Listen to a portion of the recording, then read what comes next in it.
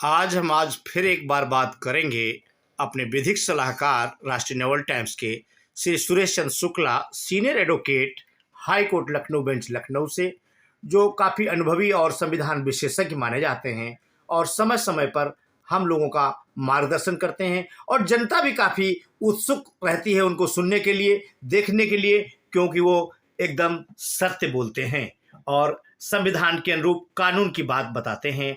ऐसे ही हम Suresh Chandra Shukla, senior advocate, high court Lucknow bench से बात करेंगे और जानना चाहेंगे कि सर, जो आजकल ये नदियों में पानी घट रहा है और इसका क्या कारण है और कि क्या उपाय हो सकता है, क्योंकि काफ़ी ये मूर्छित होती चली जा रही हैं। काफ़ी गाँवों में पहले लोगों के रसबहा हुआ करते थे, छोटी छोटी नदियाँ हुआ करती थी, लोग उसको बड़ा प्रसन्न चित्त से देखते थे। आज बिल्कुल बिल्कुल लोप होती चली जा रही हैं और कि क्या कारण है ऐसा जो लोप होती चली जा रही हैं, क्या उपाय है इसके बचने के लिए, आप ही बता सकते हैं, क्योंकि जनता बड़ा उत्सुक है अपनी नदियों को बचाने के लिए। देखिए, ऐसा है, नदियां जब हम लोग छोटे थे तो नदियां गहरी होती थी। गहरी होने से जो उसके अंदर से पानी निकला करता था, जमीन से, धरती माता से पानी नदियों में निकला करता था, गहरी होने के कारण जी, उसका पानी का हर समय बहाव रहता था जी। उस बहाव के कारण, गहरी होने के कारण हर समय नदियों में पानी बना रहता था, पानी निकला करता था और स्वच्छ पानी, सुंदर पानी निकलता था, निर्मल पानी निकलता, जिसको वो आदमी इस्तेमाल करता था, पी सकता था, जानवर को पिला सकता था, सारी व्यवस्थाएं उसमें होती रहती, पानी कमियां नहीं होती थी। धीरे धीरे नदियों में मिट्टी आती रही, नदियों का जो गहरापन था खत्म होता गया। जो पानी निकलने के स्रोत थे, जिनको हम लोग छोटे में स्रोत बोलते थे कि स्रोत से पानी निकल रहा है, वो स्रोत धीरे धीरे मिट्टी आने से स्रोत बंद हो गए, नदी ऊपर हो गई, मिट्टी ज्यादा हो गई, नदी गहरी कम हो गई। अब सरकार को, हमारे हिसाब से सरकार को ये करना चाहिए, दो काम करने चाहिए। एक तो नदियों की खुदाई करनी चाहिए, खुदाई से खनन करावे ठेकेदारों से कि भाई आप मिट्टी खोद लो। जैसे आजकल इसमें मिट्टी खुदाई में बड़ी आफत है, जहां मिट्टी खुदाई वहां मुकदमे होते हैं, बवाल होता है, पुलिस मारी जाती है और सरकारी अधिकारी मारे जाते हैं, मिट्टी खनन जब रोकते जाते हैं। उसका एक कारण है कि यही मिट्टी जो है, ये अगर रोकी न जाए, खनन किया जाए नदियों में, तो नदियां गहरी होंगी। पहली बात, जब नदियां गहरी होंगी तो जो स्रोत दब गए थे वो स्रोत उत्पन्न हो जाएंगे।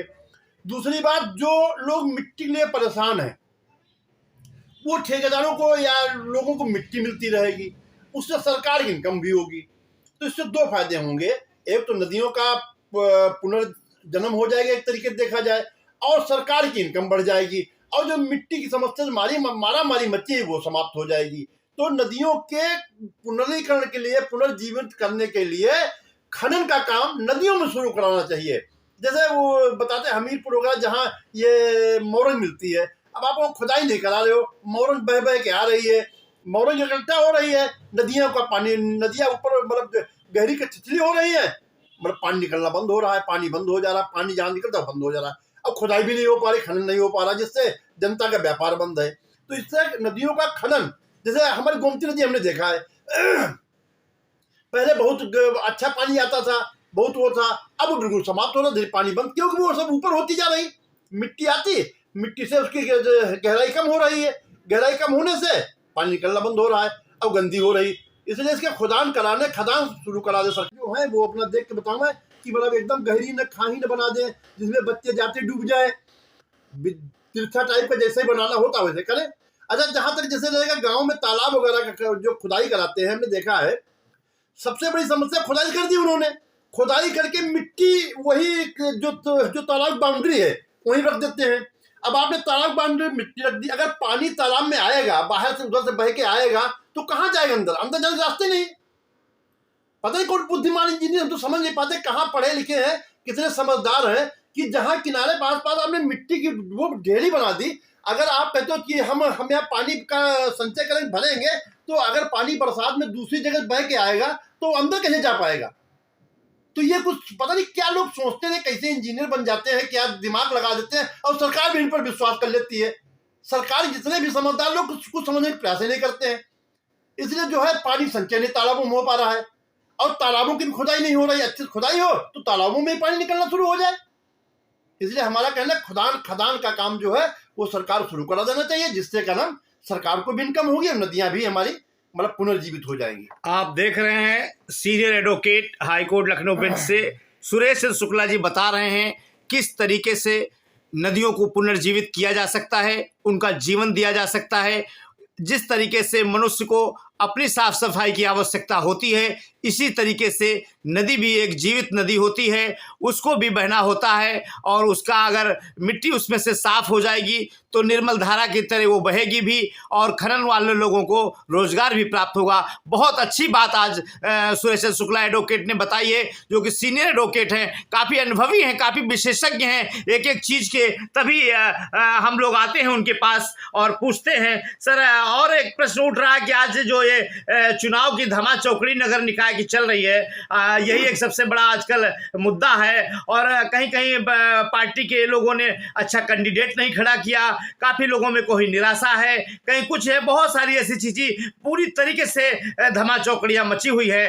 पूरी राजनीति इस समय लोकल की चरम पर बनी हुई है। सुबह ही प्रत्याशी लगातार जाने लगते हैं, एक दूसरे को बहकाते हैं, बकाते हैं, हम विकास करेंगे, ये करेंगे, वो करेंगे, तो बाद में बहुत से ऐसे चीज़ है इसका 50% भी कार्य नहीं होता है। तो आज मैं आपसे जानना चाहूँगा ये चुनाव किस तरीके से हो रहा है और किस तरीके से कैसे क्या इस पर प्रकाश डालें। देखिए, हमारा कहना है कि निर्वाचन तो होना ही होना है, पहली बात। दूसरी बात यह कि है कि निर्वाचन में अब की सुधार हुआ है। सुधार ये हुआ है कि जैसे हर बार चुनाव शुरू होते ही बैनर, पोस्टर, पंपलेट और धोतू मतलब ये लाउड स्पीकर बजना और लोग मतलब इधर उधर पैसा बांटना, ये सब शुरू हो जाता था। इस बार ऐसा कुछ नहीं हो रहा। असली चुनाव ये है जो देखा जाए, इससे भी कम खर्चे में चुनाव होना चाहिए, जिसमें हर व्यक्ति, गरीब से गरीब व्यक्ति चुनाव में अपना पार्टिसिपेशन कर सके, पहली बात। दूसरी बात, जहां तक रही नगर के सभासद की जिम्मेदारी, देखिए यह एक मनुष्य का स्वभाव है कि कोई भी चीज प्राप्त करने के लिए सब कुछ कर देता है। यहाँ तक लोग भगवान को भी धोखा देते हैं कि भगवान हमारा ये काम हो जाए, हम आपके 5 किलो लड्डू चढ़ाएंगे, और काम होने के बाद भगवान को भी वो 1 किलो लड्डू नहीं चढ़ाते हैं। ये तो मनुष्य का स्वभाव है। लेकिन ये सरकार की जिम्मेदारी है, सभासद की जिम्मेदारी फिक्स करें। आप जीते हुए प्रतिनिधि हैं जनता के, ये बात अलग है आपको आपका सरकारी चयन नहीं हुआ है, लेकिन जिम्मेदारी से आप भाग नहीं सकते हो। आपकी जिम्मेदारी है रोड बनवाइए, नालियां सफाई करवाइए, नालियां देखिए, सफाई होती नहीं सोचती हमारी एरिया में, इन सब चीज़ों का ध्यान रखिए। सभासद को एक परमानेंट बीच में ऑफिस जहाँ बनाना चाहिए और परमानेंट के समय होना चाहिए, सभासद वहाँ पे हर समय मिलेगा। इसके न मिलने से जनता परेशान होती है, भाई कहीं नाली चौक हो गई, कहीं सीवर चौक हो गया। अच्छा, ये जनता खुद उसको साफ नहीं कर सकती, खुद उसको निपटा नहीं सकती है, क्योंकि इतनी बड़ी व्यवस्था है, वो स्वयं अकेला, उसके पास संसाधन नहीं, तब वो सफाई कर्मचारी को बुलाता है, वो उससे अच्छे खासे पैसे लेते हैं, कभी कभी तो 2-2, 3-4 रुपये ले लेते हैं और फिर भी काम नहीं करते हैं, ढूंढे नहीं मिलते हैं। तो इन सब चीजों समस्याओं को देखते हुए सभासद को इसीलिए का पद बना है, लोकल लोगों की, जो छोटे लोगों की, मतलब जैसे छोटे स्तर पे लोगों की समस्या व्यक्तिगत सुने और व्यक्तिगत निराकरण करे। वो करते नहीं है। चुनाव जीतने के बाद फिर अपने वो 4-5 लोग उनके मिल जाते हैं, उसी में वो अपना मस्त रहते हैं और जनता बेचारी मारामारी घूमती है। इसीलिए जनता की पीड़ा ये है कि सभासद की जिम्मेदारी सरकार को फिक्स करनी चाहिए और सभासद, जनता की शिकायत पर सभासद के खिलाफ कार्रवाई होनी चाहिए, नोटिस दी जानी चाहिए, क्योंकि आपको वेतन भी कुछ दिया जाता है, कुछ आपको सुविधाएं मिलती है वहां से, सरकार से।